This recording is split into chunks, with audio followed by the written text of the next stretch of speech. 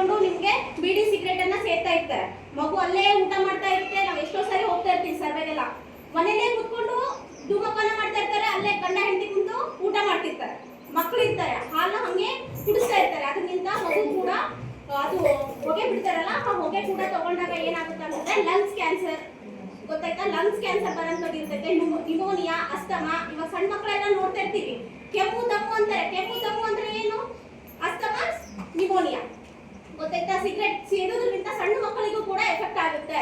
ಬರೀ ಮನೇಲಿ ಗಂಡ್ ಮಕ್ಳು ಸೇರ್ತಾರೆ, ಅವ್ರು ಕೇಳೋದಿಲ್ಲ ಅಂತ ಅನ್ನೋದನ್ನ ಬಿಟ್ಬಿಡ್ರಿ. ಮನೇಲಿ ನೀವು ಹೇಳ್ಬೇಕು, ಹೆಣ್ಮಕ್ಳು ಹೇಳ್ಬೇಕು.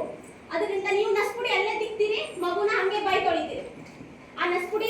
ಆ ನಸ್ಪುಡಿನಿಂದ ಇರೋಂಥ ಕೆಮಿಕಲ್ ಮಗುವಿನ ಬಾಯಲ್ಲಿ ಹೋದ್ರೆ ಮಗುವಿನ ಒಳಗ ಏನಿರುತ್ತಾ, ಒಳಗಡೆ ಸ್ಕಿನ್ ಇರುತ್ತಲ್ಲ, ಅದು ಬಹಳ ಸೆನ್ಸಿಟಿವ್ ಇರುತ್ತೆ. ಅದರಿಂದ ಅಲ್ಸರ್, ಗುಳ್ಳೆಗಳ ಆಗಕ್ಕೆ ಸ್ಟಾರ್ಟ್ ಆಗುತ್ತೆ. ಆ ಗುಳ್ಳೆಗಳು ಏನಾಗುತ್ತೆ, ಮುಂದೆ ಬರ್ತಾ ಬರ್ತಾ ಬರ್ತಾ ಒಂದು ಸೆಲ್ ರೂಪದಲ್ಲಿ, ಅಂದ್ರೆ ಒಂದು ಅಣು ರೂಪದಲ್ಲಿ ಕ್ಯಾನ್ಸರ್ನ ಅಣು ಉತ್ಪತ್ತಿ ಆಗುತ್ತೆ. ಅದರಿಂದ ಬರೀ ಬಾಯಿ ಕ್ಯಾನ್ಸರ್ ಅಲ್ಲ, ಎಲ್ಲಾ ತರದ ಕ್ಯಾನ್ಸರ್ಗಳು ಬರೋಂಥದ್ದು ಚಾನ್ಸಸ್ ಇರುತ್ತೆ. ಇವಾಗ ನೀವು ನಸ್ಪುಡಿ ತಿಕ್ತೀರಿ, ಬರೀ ಇಲ್ಲಿ ಎಷ್ಟೋ ಜನ ಇದ್ದಾರೆ ಹಿಂದ್ಗಡೆ, ನಸ್ಪುಡಿ ತಿಕ್ತಾರೆ, ಬಾಯಿ ತುಂಬಾ ಎಲ್ಲ ಗುಳ್ಳೆಗಳದಾವ. ಅದು ಗುಳ್ಳೆಗಳಾಗಿದಾವಲ್ಲಮ್ಮ ಬಿಡು ಅಂತಂದ್ರೆ ಕೇಳ್ತಾ ಇಲ್ಲ ಅವರು. ಆ ಗುಳ್ಳೆಗಳ ಮುಖಾಂತರ ಏನಾಗುತ್ತೆ, ಬರೀ ನಿಮ್ಗೆ ಬಾಯಿಗಷ್ಟೇ ಕ್ಯಾನ್ಸರ್ ಬರೋದಿಲ್ಲ, ನಿಮ್ಮ ಸ್ತನ ಕ್ಯಾನ್ಸರ್ ಬರುತ್ತೆ, ಗರ್ಭಕಂಠದ ಕ್ಯಾನ್ಸರ್ ಬರುತ್ತೆ, ಲಂಗ್ಸ್ ಕ್ಯಾನ್ಸರ್, ಓರಲ್ ಕ್ಯಾನ್ಸರ್, ಗೊತ್ತಾಯ್ತಾ? ಈ ಹಳ್ಳಿಗಳಲ್ಲಿ ನಾವು ಜಾಸ್ತಿ ಏನ್ ನೋಡ್ತೀವಿ, ಓರಲ್ ಕ್ಯಾನ್ಸರ್. ಓರಲ್ ಅಂತಂದ್ರೆ ಬಾಯಿ ಕ್ಯಾನ್ಸರ್. ಬಾಯಿಗಷ್ಟೇ ಬರೋದಿಲ್ಲ, ಕಾಲಿಗೆ ಊಟ ಮಾಡಕ್ಕೂ ಆಗೋದಿಲ್ಲ. ಅನ್ನನಾಳದ ಕ್ಯಾನ್ಸರ್, ಜಠರದ ಕ್ಯಾನ್ಸರ್, ಕಿಡ್ನಿ ಕ್ಯಾನ್ಸರ್, ಎಲ್ಲಾ ತರದ ಕ್ಯಾನ್ಸರ್ಗಳನ್ನ ನೋಡ್ತೀವಿ.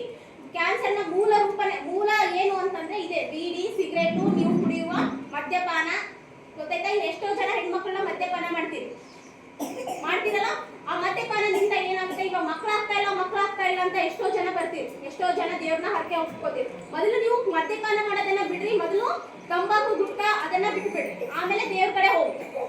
ಮದ್ಯಪಾನ ಮಾಡೋದ್ರಿಂದ ನಿಮ್ಮಲ್ಲಿ ಗರ್ಭಕೋಶದಲ್ಲಿ ಅಂಡಾಣುಗಳು ಉತ್ಪತ್ತಿ ಆಗೋದಿಲ್ಲ. ಅದರಿಂದ ಇನ್ಫರ್ಟಿಲಿಟಿ ಅಂತ ಹೇಳ್ತೀವಿ. ಇನ್ಫರ್ಟಿಲಿಟಿ ಅಂದ್ರೆ ಮಗು ಆಗೋದಿಲ್ಲ, ಬಂಜೆತನ. ಇಂಗ್ಲಿಷ್ ಅಲ್ಲಿ ಇನ್ಫರ್ಟಿಲಿಟಿ ಅಂತಾರೆ. ಬಂಜೆತನನ ಆಗಕ್ಕೆ ಮೂಲ ರೂಪನೇ ಇದೆ, ಗೊತ್ತಾಯ್ತಾ?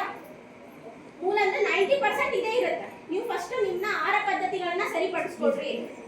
ಧೂಮಪಾನ, ಮಾದಕ ವಸ್ತುಗಳಿಗೆ ಬಲಿ ಆಗ್ಬೇಡ್ರಿ. ಆಮೇಲೆ ಅಷ್ಟೇ ಅಲ್ಲದೆ ನಿಮ್ಮ ಮಾನಸಿಕ ಕೂಡ ಕುಗ್ಗಿಸ್ತೈತವೆ. ಹಾರ್ಮೋನ್ಸ್ ಉತ್ಪತ್ತಿ ಆಗ್ಬೇಕು ನಿಮ್ಮಲ್ಲಿ. ಬಂಜೆತನ ಅಂತ ಮಗು ಹುಟ್ಟಬೇಕಂತಂದ್ರೆ ಹಾರ್ಮೋನ್ ಉತ್ಪತ್ತಿ ಆಗ್ಬೇಕು. ನೀವು ತಿನ್ನೋ ಈ ಮಾದಕ ವಸ್ತುಗಳು ತಿನ್ನೋದ್ರಿಂದ ಹಾರ್ಮೋನ್ ಮೇಲೆ ಎಫೆಕ್ಟ್ ಆಗುತ್ತೆ. ಆ ಎಫೆಕ್ಟ್ ಏನಾಗುತ್ತೆ ಅಂದ್ರೆ ಬಂಜೆತನದ ಕಡೆ ಒಯ್ಯುತ್ತೆ, ಗೊತ್ತಾಯ್ತಾ? ಫಸ್ಟ್ ನೀವು ಗರ್ಭಧಾರಣೆ ಆಗ್ಬೇಕು ಅಂತಂದ್ರೆ ಊಟ ಮಾಡೋದು ಸರಿಯಾಗಿ ಪದ್ಧತಿನ ಹಾಕೊಳ್ರಿ. ಮಾದಕ ವಸ್ತುಗಳಿಂದ ದೂರ ಇರ್ರಿ. ಗಂಡ ಕೂಡ ಹೇಳ್ಬೇಕು, ನೀವಷ್ಟೇ ದೂರ ಇರೋದಲ್ಲ, ಗಂಡ ಕೂಡ ದೂರ ಇರ್ಬೇಕು, ಗೊತ್ತಾಯ್ತಾ?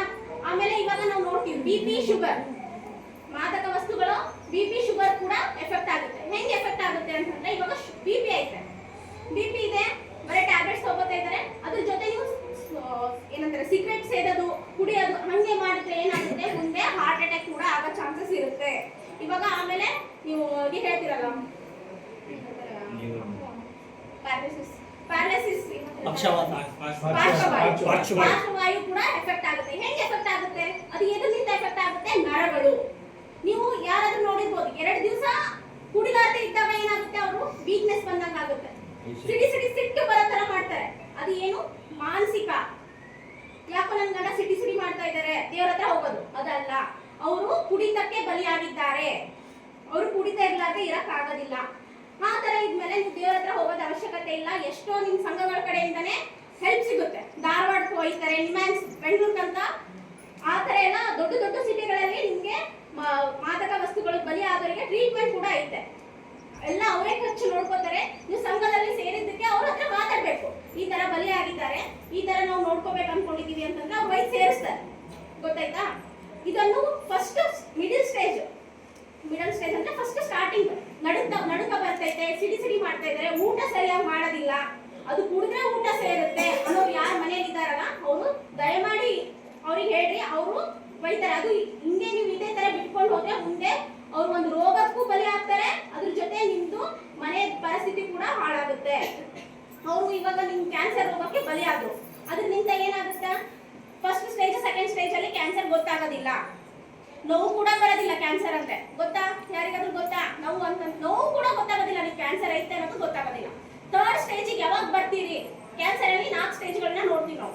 First stage stage, second stage ಅಲ್ಲಿ ನೋವು ಗೊತ್ತಾಗೋದಿಲ್ಲ, ಕ್ಯಾನ್ಸರ್ ಅದಂತನೂ ಗೊತ್ತಾಗೋದಿಲ್ಲ. ಥರ್ಡ್ ಸ್ಟೇಜ್ ಅಲ್ಲಿ ಏನಾಗುತ್ತೆ ಅಂತಂದ್ರೆ ಸ್ವಲ್ಪ ನೋವು ಕಾಣಿಸ್ಕೊಳ್ಳುತ್ತೆ. ನೋವು ಕಾಣಿಸ್ಕೊಂಡಾಗ ಅವರು ನಿಮ್ ಸ್ಕ್ಯಾನ್ ಮಾಡಿ ರಿಪೋರ್ಟ್ ಎಲ್ಲ ಬರೋಷ್ಟಿಗೆ ನೀವು 4th ಸ್ಟೇಜಿಗೆ ಹೋಗ್ಬಿಟ್ಟಿರ್ತೀರಿ.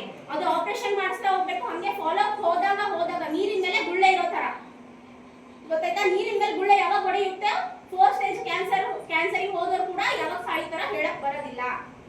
ಅದಕ್ಕೆ ಏನ್ ಹೇಳ್ಬೇಕು, 6 ತಿಂಗಳಿಗೆ ಒಂದೊಂದ್ಸರಿ ನಿಮ್ಮ ಬಾಡಿನ ಸ್ಕ್ಯಾನ್ ಮಾಡಿಸ್ಬೇಕು, ಅಂದ್ರೆ ಸ್ಕ್ರೀನಿಂಗ್ ಮಾಡಿಸ್ಬೇಕು. BP, ಶುಗರ್, ರಕ್ತ ಪರೀಕ್ಷೆ ಎಲ್ಲ ಪ್ರೈವೇಟ್ ಅಲ್ಲೇ ಮಾಡಿಸ್ಬೇಕಂತಿಲ್ಲ. ರಾರವಿನಲ್ಲೂ ಮಾಡಿಸ್ಬೋದು, ಸೂಗರಲ್ಲೂ ಆಸ್ಪತ್ರೆ ಆಗೈತೆ, ರಾರವಿನಲ್ಲೂ ಐತೆ, ಅಲ್ಲೂ ಕೂಡ ಹೋಗಿ ಸಿರುಗುಪ್ಪದಲ್ಲಿ ಕೂಡ ಹೋಗಿ ನೀವು ಪರೀಕ್ಷೆನ ಮಾಡಿಸ್ಕೋಬಹುದು. ಬರೇ ಹೋದ್ರು ನೀವು ಅದನ್ನ ತಿಳ್ಕೊಳ್ರಿ, ಕ್ಯಾನ್ಸರ್ ಬರೇ ಮಾದಕ ವಸ್ತುಗಳಿಗೆ ಬಲಿಯಾದವರೇ ಕ್ಯಾನ್ಸರ್ ಬರ್ಬೇಕಂತನೂ ಇಲ್ಲ. ಹಿಂದೆ ನಿಮ್ಮ ವಂಶದಲ್ಲಿ ಯಾರಿಗಾದ್ರೂ ಕ್ಯಾನ್ಸರ್, BP, ಶುಗರ್ ಇದ್ರೆ ಅವ್ರಿಗೆ ನಿಮಗೂ ಕೂಡ ಬರೋಂತ ಚಾನ್ಸಸ್ ಇರುತ್ತೆ. ಗೊತ್ತಾಯ್ತಾ? ನೀವು ಬೀಡಿನೇ ಸೇರ್ತಾ ಇಲ್ಲ, ಸಿಗರೇಟೇ ಸೇರ್ತಾ ಇಲ್ಲ, ಧೂಮಪಾನ ಇದು ಮದ್ಯಪಾನನೇ ಮಾಡ್ತಾ ಇಲ್ಲ, ಬಟ್ ಮನೇಲಿ ಮಾಡಿರ್ತಾರೆ.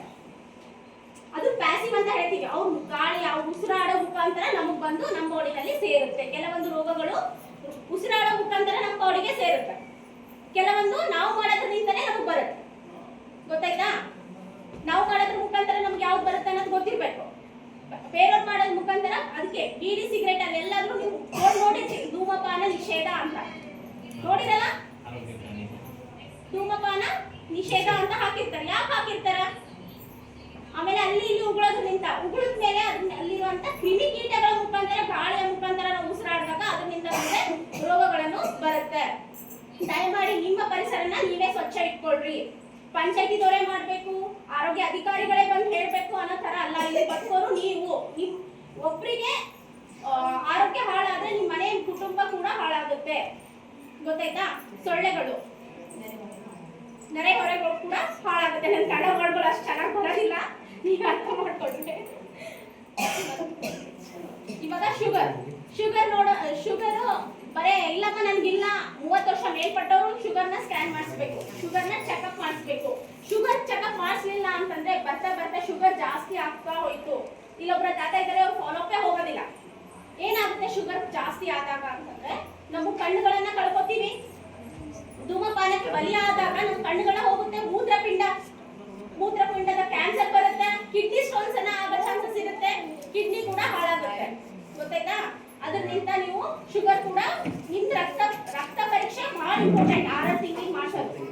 ಗೊತ್ತಾಯ್ತಾ? ಆಮೇಲೆ ಪ್ಯಾರಾಲಿಸಿಸ್, BP ಜಾಸ್ತಿ ಆದಾಗ ಏನಾಗುತ್ತೆ, ನಿಮ್ಮ ಒಂದು ಭಾಗ ಫುಲ್ ಏನಾಗ್ಬಿಡುತ್ತೆ, ಬಾಷ್ಪವಾಯು ಆಗ್ಬಿಡುತ್ತೆ.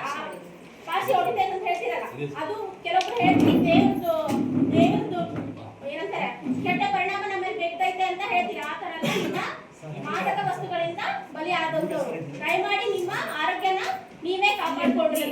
ಇಷ್ಟ ಹೇಳಿ ನಾನು ಭಾಷಣ